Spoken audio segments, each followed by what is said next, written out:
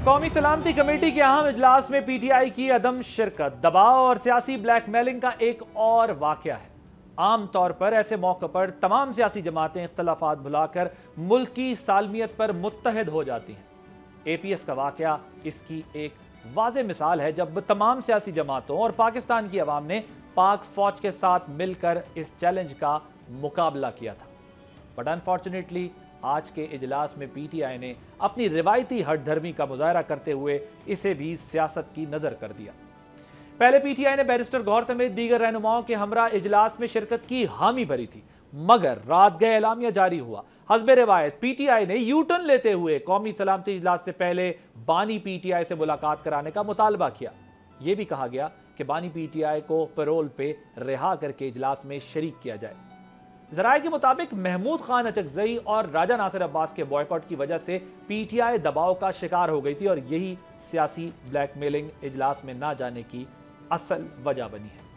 मुल्क में सियासी पोलराइजेशन कोई नई बात नहीं है, मगर यहां नजर आता है कि पूरी जमात हाईजैक हो चुकी है।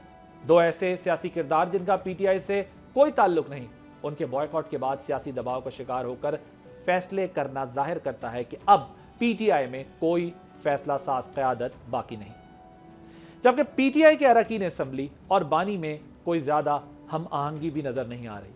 मुसद्दिक़ा ज़राए ये भी बताते हैं कि सिवाय हमाद अज़हर और आरिफ अलवी के, जो कि हमाद अज़हर के बारे में सबको पता है कि वो एक इस वक्त गायब हैं, और सदर अलवी जो कि साबिक सदर भी रहे, अफसोस के साथ इतने बड़े ओहदे पर बैठने के बावजूद वो इस मसले की हसासियत को ना समझ सके और किसी ने इसकी मुखालफत नहीं की इन दोनों के अलावा।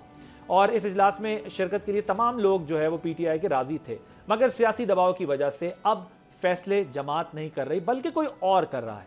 एक जाने पूरी कौम दहशतगर्दी के खिलाफ जंग में पाक फौज और सिक्योरिटी इदारों के शाना बशाना खड़ी है और दूसरी जानिब पीटीआई अलग सफ में जाकर खड़ी हो गई है। क्या यह तर्ज अमल सियासी मुल्क दुश्मन कुव्वतों को फायदा नहीं पहुंचा रहा? अगर तमाम अरकान इजलास में शिरकत के ख्वाहिशमंद थे तो दो आउटसाइडर्स की सियासी ब्लैकमेलिंग की वजह से पार्टी ने फैसला बदला, तो क्या वाकई में पार्टी हाईजैक हो चुकी है? क्या यह फैसला पार्टी में मौजूद जो लोग हैं उनकी फैसला साजी की सलाहियत को और इख्तियार को चैलेंज नहीं करता, बाहिमी झगड़ों और तकसीम को जाहिर नहीं करता?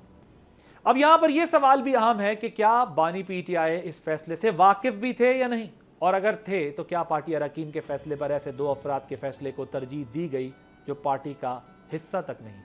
हमारी अफवाज इस वक्त दहशतगर्दी के खिलाफ जंग में अपनी जानों का नजराना पेश कर रही हैं। इस जंग में उन्हें कौमी और अवामी हिमायत की जरूरत है, मगर पीटीआई की जानिब से मुसलसल इन शोहदा की कुर्बानियों पर सवालात उठाए जा रहे हैं, जिससे मुल्क दुश्मन एजेंडे को तकवीयत मिल रही है। आप देख रहे हैं बोल आदिल अब्बासी के साथ। जब तक हमारी इमरान खान से मुलाकात नहीं होती, ये अमल आगे नहीं बढ़ सकता, हम इसमें शामिल नहीं हो सकते। इसलिए आज जो सिक्योरिटी कमेटी की मीटिंग बुलाई गई है उसमें हम शामिल नहीं होंगे।